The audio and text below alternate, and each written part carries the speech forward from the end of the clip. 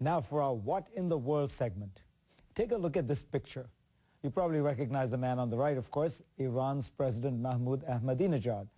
It's a picture Iranian authorities didn't want anyone to see, and it almost cost a reporter 180 days in prison. Many of you will remember the story of my friend and colleague Maziar Bahari, Newsweek's man in Tehran. He was arrested while covering the aftermath of the Iranian elections. He was then imprisoned, put on a show trial, then after 118 days in prison, released on bail and finally allowed to leave the country. Well, he was recently sentenced in absentia, of course, and the judgment against him was 13 years and 6 months in prison, plus 74 lashes. Yes, 74 lashes. Those were for reporting on a clash between paramilitary forces and protesters. So I was wondering what the 6 months were for. Why not an even 13 years, or I suppose 14 years?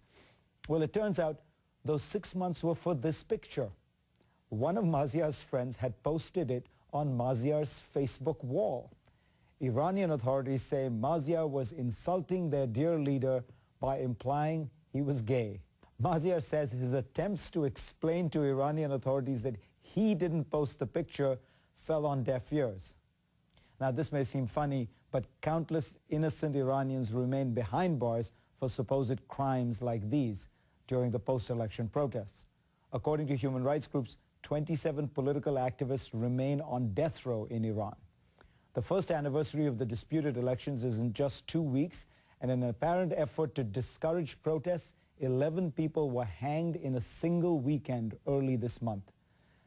Sometimes the Iranian regime seems odd or weird or even funny, but its repression of the basic rights of thousands of Iranians continues and is surely no laughing matter. And we will be right back.